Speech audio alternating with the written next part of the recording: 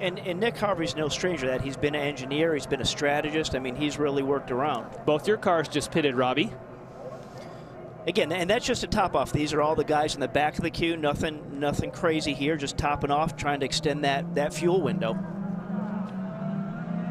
And Robbie, that's exactly precisely the reason. If you look at the starting positions of the guys that did pit, like Wilson, like Paul Tracy, like Tagliani, it makes sense because you make about 8 miles to the gallon under caution. Running these caution laps, checking with the telemetry, you can kind of figure now that when you go back to green, you've got maybe 3, maybe to as many as 5 additional laps outside the window, so you can push it a little further, so you don't have to worry about things. If you're in the back, you pit, you're still going to be in the back. And we have another angle of the replay of Baguette's problem on board with Takuma. Yep. Yeah, you see everybody sparking, so that means, you know, you're hitting a little harder than you like because you're still building pressure in those tires. And did you notice he was on the higher side of the racetrack as well? Paul Tracy makes another pit stop and tops off. Like Jack just said, you know, you just keep coming in. If you're at the back and you come in, you're still at the back, but you got some more fuel, so you can go a little bit longer, which plays favor in terms of pushing that pit window.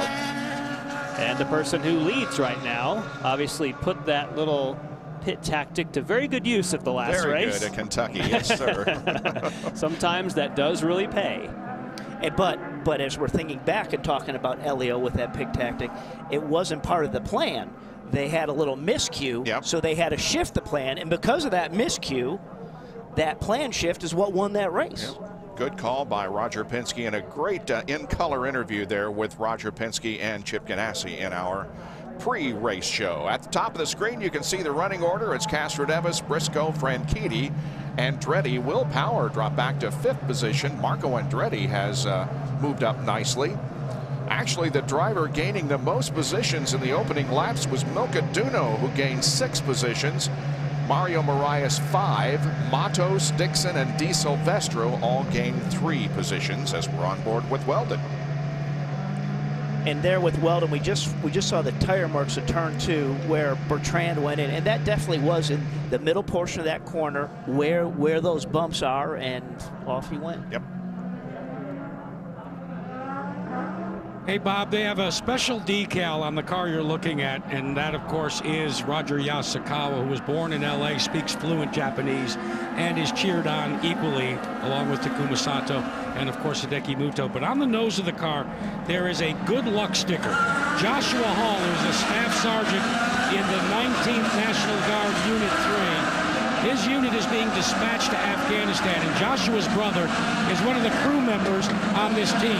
As a surprise to Joshua and to his brother, the team had the decal made. It rides on the nose, and it wishes Joshua Godspeed and thanks him for his service to our country. Wow, very nice. Yeah, Roger Yasukawa is a Native American, but he is of Japanese descent, and right now he finds himself back in 22nd position, driving for Conquest Racing this year, or this week I should say, as Elio Castroneves has the field stacked up behind him.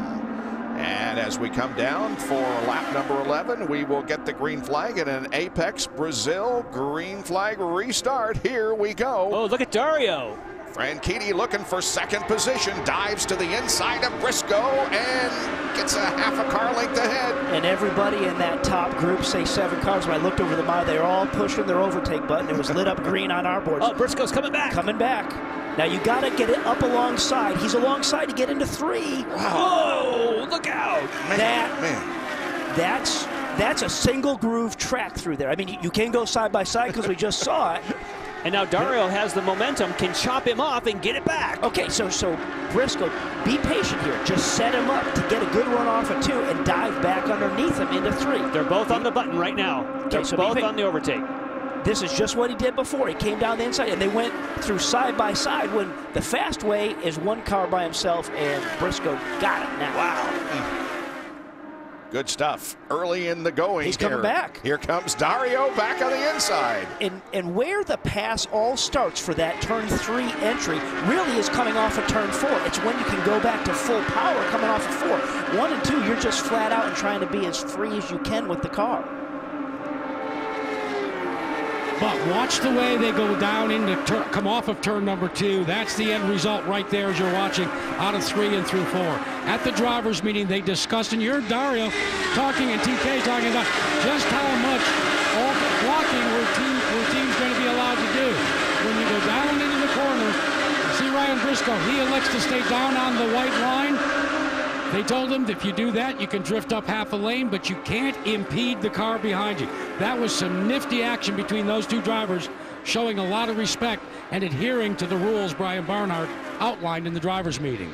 That little battle has broken off for second position, and while Dario and Ryan were battling for second position, Elio got himself a rather comfortable lead here, pulling out to about a 1.3 second advantage. The top 5, Castroneves, Briscoe, Franchitti, Andretti, and Canard, with 14 laps completed.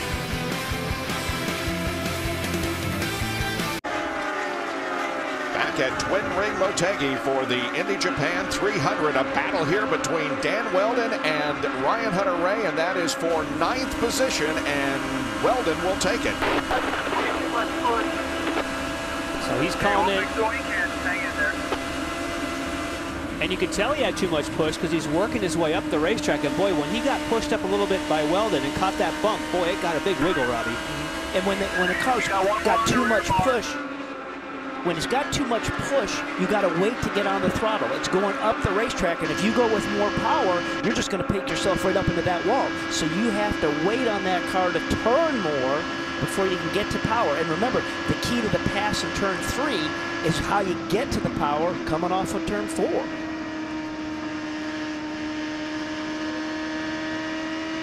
Guys, you checked in with David Cripps, who's calling the shots for Dan Weldon.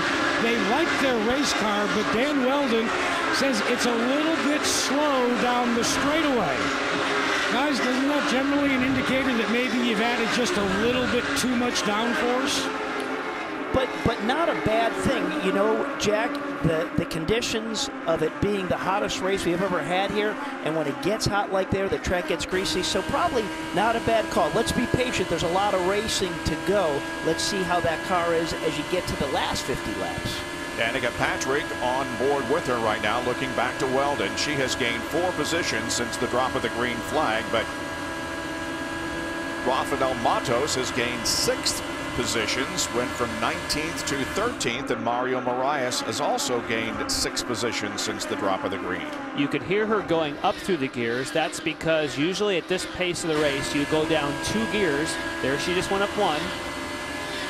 She'll hit 6th gear either here, right there, just on the approach to turn number 1. Hold it all the way around. You can see on the telemetry. And if she doesn't have someone ahead of us, she'll go down to 4th gear, pow, down for turn number 3. Top speed probably 207. Yep, just saw up to 207. Dumping the throttle and dropping your 2 gears. There you are. In traffic, sometime you might go to 3rd, but that's really only if you get bottled up. And that area where you're dropping those 2 gears, where we saw Danica drop the gears, here you're flat out 6th gear. You got 3 different lanes you can really run over in 1 and 2. But as you get into that 3 and 4, that really is the place that everybody's been fighting. They say, oh, my car's pushing. You make a couple changes to the car, it gets loose.